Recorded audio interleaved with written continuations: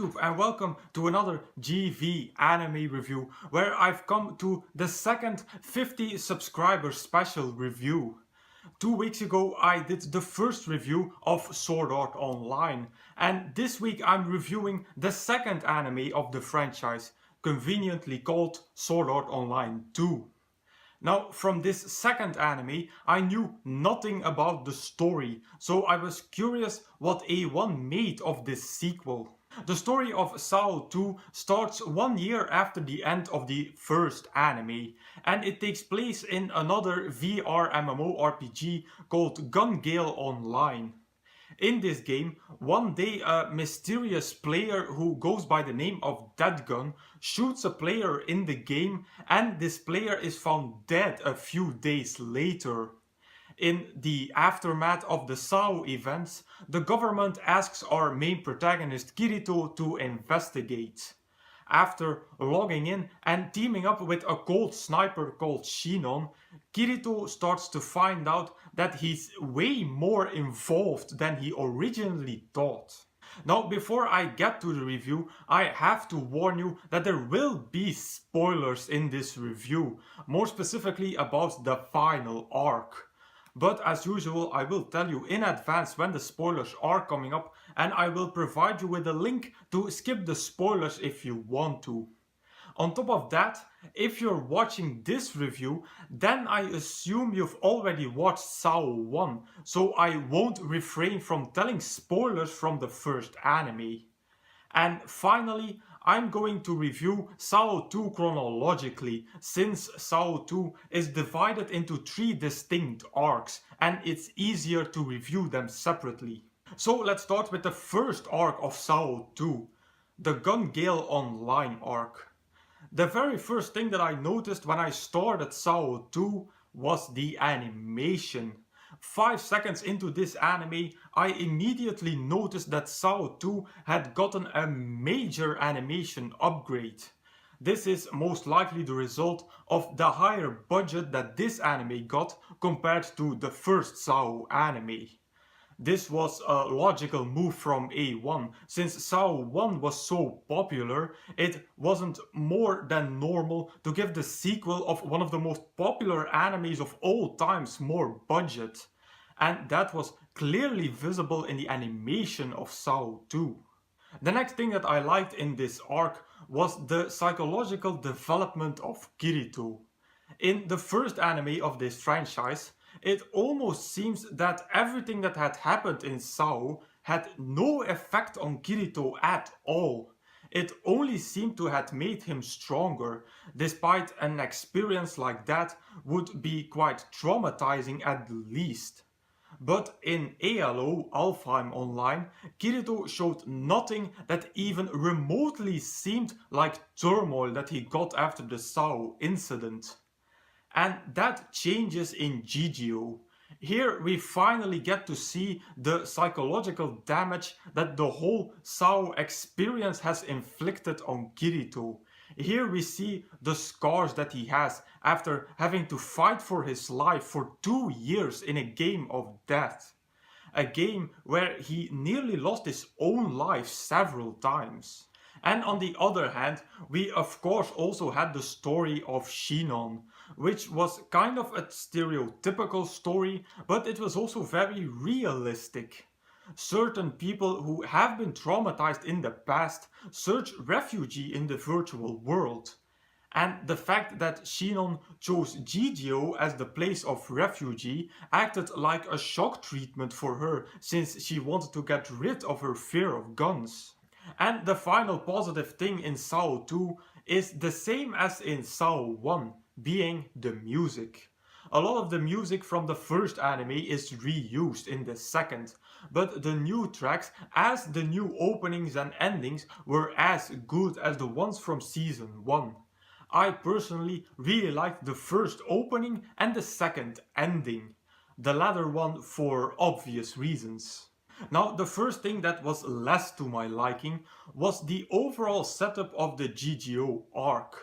This was because the main premise of the arc, people dying in game also die in real life, was an almost exact copy from the story of part 1 of Sao 1.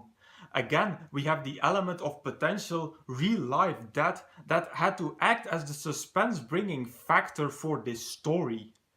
A1 might have gone back to this topic since the ALO arc, where this feature was gone, was way less exciting than the first part. But it still felt like a copy from season 1, and the studio could have added way more originality to this storyline. And then the second thing. If you thought that Kirito was already overpowered in the ALO arc, then man, you're in for a bad surprise, because Kirito is even more overpowered in GGO. Where he sometimes had to go to his limits in ALO, here in GGO he completely destroys the opposition. I mean, Kirito can literally see the battlefield. He can see every movement that his opponent makes, and his reflexes are so insane that he can dodge bullets at point blank range. But to me, the most frustrating moment came at the very end of the arc, and it was Kirito's plot armor. Now, I can't really tell what happens because of spoiler reasons, but the way that Kirito gets saved there was just plain ridiculous. So I still liked Kirito, don't get me wrong. I still think that he is an amazing character, but that was just too much. Now we can move on to the small arc after the GGO arc, the Excalibur arc. I did like that this arc gave us a partial answer to one of the questions that I had after the first anime.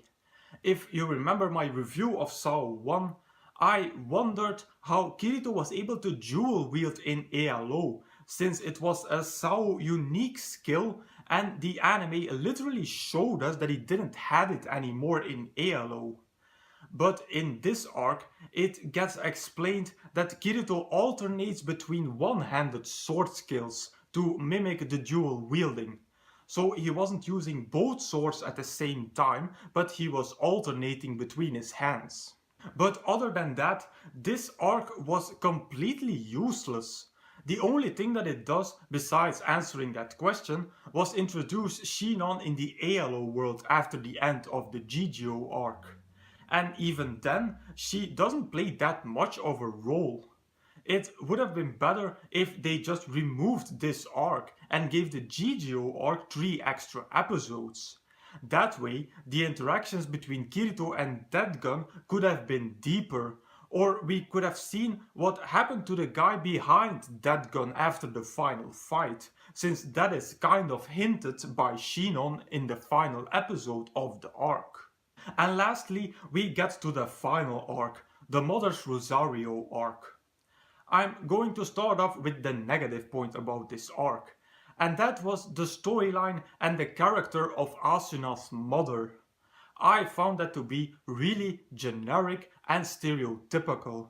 The bitchy mother figure who puts her own pride above her daughter's happiness and who by the end of the arc understands her daughter's feelings and then becomes a better person is a storyline that has been used so many times that you can hardly call it original anymore. Also, there went just too less focus to this side story to be really important. To me, it could have been easily removed from this final arc. Now onto the positive side. First positive point was the fact that we get Asuna as the main protagonist instead of Kirito.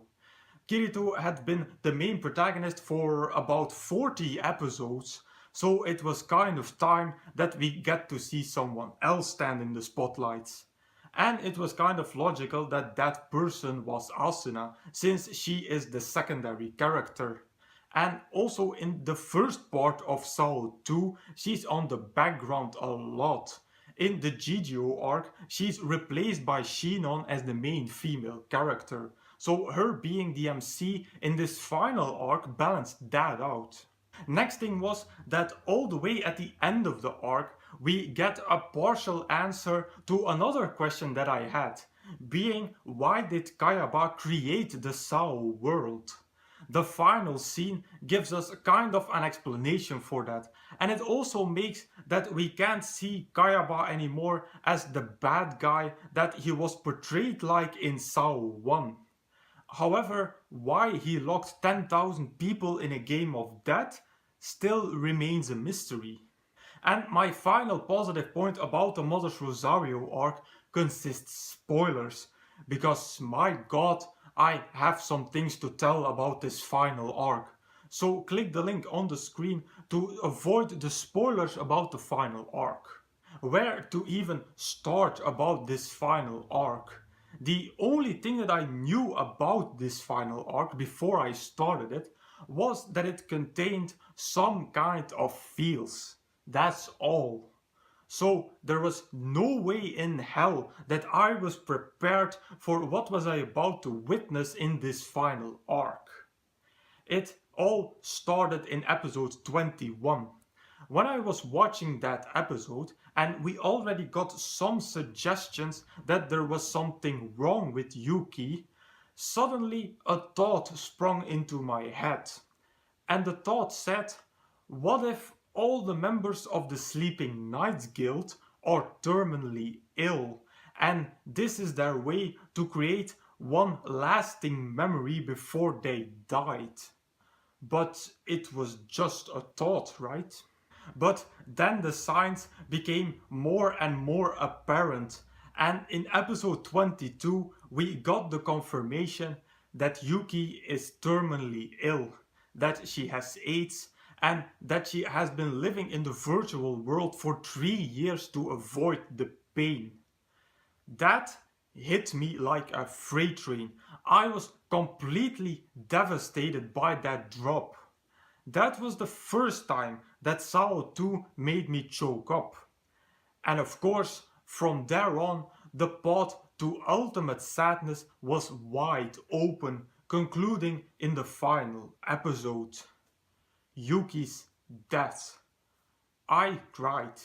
Oh god, I really cried hard with that scene.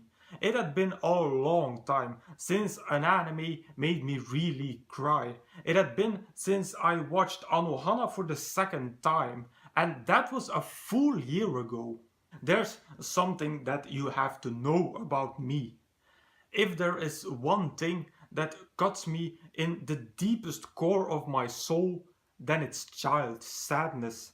Then it's seeing children suffer through disease or whatever, and of course, seeing children die. Some of you that have been following me for quite a while might know why things like that hit me so hard. So Sao 2 became only the third anime in my 2-year anime career that made me cry like a little girl. The other ones being Anohana and Clannad. So respect for that. A1 proved yet again that they are the masters of drama, and this final arc could definitely fit into my big 4 of drama anime. So as a conclusion, Sao 2 was an anime of highs and lows. Despite the first arc not being the most original, I still really enjoyed it. The second arc was pretty useless, and the final arc impacted me so much that I wasn't really able to function properly the day after. So if I would give ratings to the separate arcs, I would give the first arc 4 stars, the second 3, and the last one 4.5 stars. So everything combined, I'm going to rate Sword Art Online 2 at 4 out of 5 stars, the same score as Season 1 got. And I still believe that the Sao franchise is a perfect starting point to figure out what kind of animes you will like. Also, my recommendation of my first review stays. Haito Genzo no Grimgar. Great anime, way slower but way more psychological and mental development than in Sao. And with that I conclude my special review of Sword Art Online 2. As usual, you can find the full list of all my animes and reviews over at Anime Planet. As usual, I will put a link in the description box down below. Now, if you want me to review a particular anime from this list, please put it in the comments. Also, if you have a recommendation for me, put them in the comments as well. So if you like this video, please give it a thumbs up, visit me on Facebook and subscribe to this channel for more reviews in the future. I will say arigatou gozaimasu and I will see you all in the next video.